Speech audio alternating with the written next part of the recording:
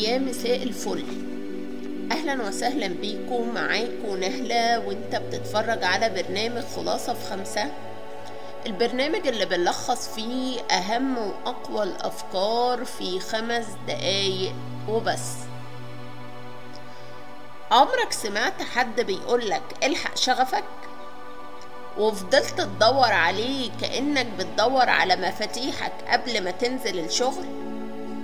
طب افرض مفيش، هتعمل ايه؟ استنى، ما تقفلش، تعالى نحكي بصراحة. بص يا صديقي، مش كل الناس اتولدت وهي عارفة شغفها، و99% من اللي بيقولوا اتبع شغفك ما كانوش عارفين نفسهم بيحبوا ايه اصلا. الشغف مش ملاك بينزل من السما، دي حاجة بتتولد من الشغل ومن التجربة ومن الغلط. ستيف جوبز قالك في كلمته الشهيرة انك ما تقدرش تربط النقاط غير لما تبص وراك. الراجل اشتغل ووقع واتطرد ولقى شغفه في النص، مش من اول الطريق. يعني لو بتحب ترسم، طب جرب. بتحب تلعب على الكمبيوتر، طب شوف ممكن تبقى مصمم، تبقى مبرمج، تبقى جيمر. بس بلاش تقعد تقول انا مستنى الاقي الشغف وانت ما بتحركش رجلك اصلا. كنت اعرف واحد كل اللي بيحبه هو الطبخ، بس كان شغال شغل مكتبي ممل جدا.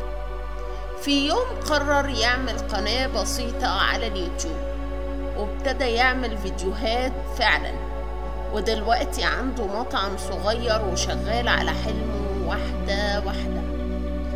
جرب تسأل نفسك، ايه آخر مرة حسيت فيها بالإنجاز؟ ايه الحاجة اللي بتخليك تنسى الوقت؟ هل جربتها كفاية؟ أوبرا كانت مذيعة في قناة صغيرة واترفضت.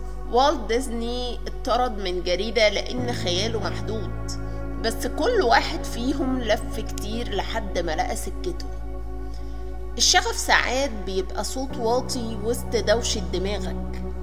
جرب كل يوم حاجة بسيطة، اقرأ، اكتب، اشتغل على مشروع وهمي، علم نفسك، خبط الباب 10 مرات، يمكن 11 تكون هي دي. ونصيحتي ليك في الحلقة دي، ما تستناش الشغف يجي يدق على بابك، انت اللي تخرج وتدور عليه. ولو ما لقيتوش، اختار اي حاجة وابدأ، لان الحركة اهم من الحيرة. وساعتها يا اما تلاقي شغفك يا اما الشغف يلاقيك. وقبل ما اقفل خليني اقولك حاجة اخيرة.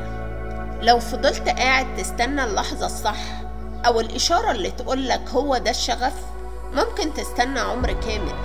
لكن لو قررت تتحرك، تجرب وتغلط، فانت كده اقرب ليه من اي وقت تاني. يمكن الشغف مش مكان، يمكن هو طريقة مشي. بشكرك انك كنت معايا، وما تنساش تعمل لايك وسبسكرايب، واستناني في الحلقة الجاية بمواضيع وأفكار جديدة مفيدة في 5 دقايق وبس. وافتكر دايما شعارنا أفكار مركزة في وقت محدود. واشوفكم الحلقة الجاية.